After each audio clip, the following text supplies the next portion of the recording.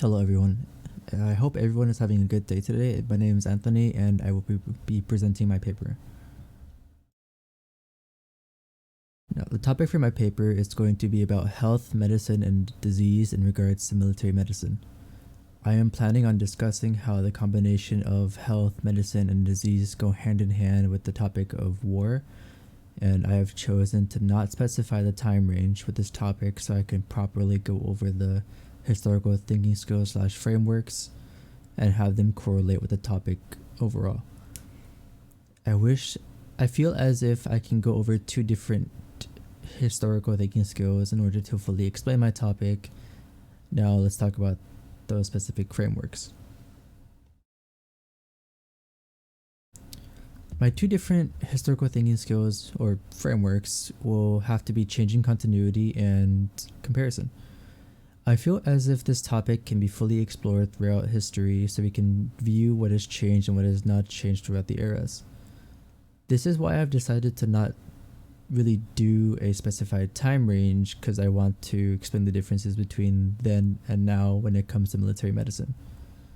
So we can see how far we've progressed and how far we've changed or what we have left unchanged. Not only that, I want to use the framework comparison, in order to compare how different groups treat their wounded differently. An example of this that will be on my paper will be how I compare the Romans and how they treat their wounded in contrast to how, for example, the Vikings have.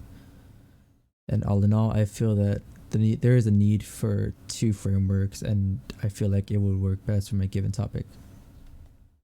Now, in regards to my research question and the significance of it, I admit that I've had trouble coming up with a good research question that would perfectly fit the topic, so I've decided to put a question that would both cover the topic and its historical significance in a simple manner.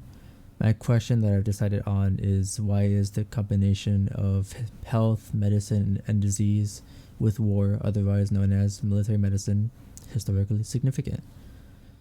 This question, although simple, does its job in covering what I'm trying to go over.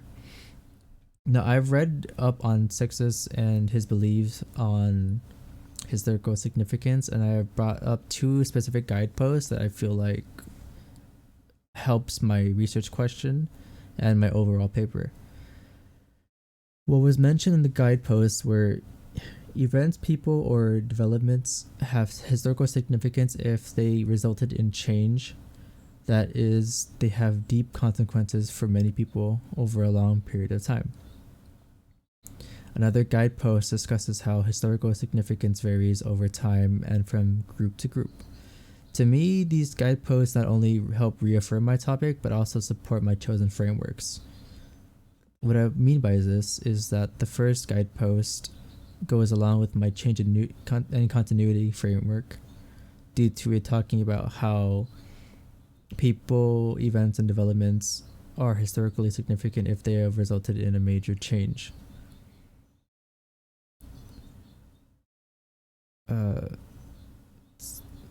And my second framework goes along with the second guidepost due to how it goes over the historical significance regarding group to group.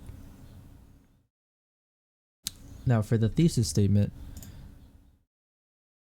I have chosen on. Hold on, let me read my thesis statement first before I go into the matter. My thesis statement is: the combination of health, medicine, and disease, and the topic of war is of global historical significance due to how military medicine has both progressed and remained the same throughout time. Not only that, it is important to mention how the medical practices and procedures have between groups and nations can be compared to how differently they treat their sick and wounded. I'm decently happy with this thesis statement due to how it addresses the research question and mentions the historical thinking skills I will be using in order to engage the topic deeper, although I feel like I could do better in talking about the historiography of it all. Now, for my primary source, it is coming from a 1948 book, Advances in Military Medicine, and it goes over the many different medical and technological advances that were made in order to benefit the people under its military. One quote that I decided to pick out compared to all the others has to deal with the overall topic of military medicine. It reads, "The more important circumstances that led to the decision that a governmental medical research committee should be established were these: realization of the immensity of the efforts that would be required should be drawn into the war and of the part that science and technology would inevitably play in the winning of it." What I personally get from this provided text is that if there was ever the case where we were ever drawn into a war and some sort of either chemical weapon or a random disease strikes, our medical research committees would do their best in order to find the proper cures and immunizations so that civilians and especially our soldiers would be safe.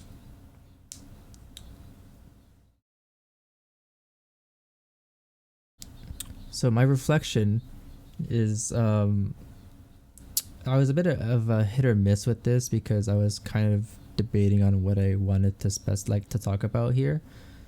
Something that I didn't add on to this was the fact that first of all, I kind of changed from one whole topic to another.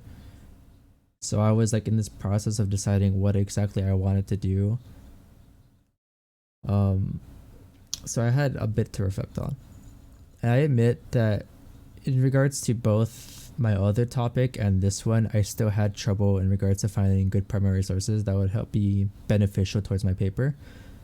And I found it really helpful to get the necessary aid in order to progress further if I'm in a scenario where I'm stuck and in need of assistance. Thankfully, our professor has helped out in that regard, and I am very thankful for that.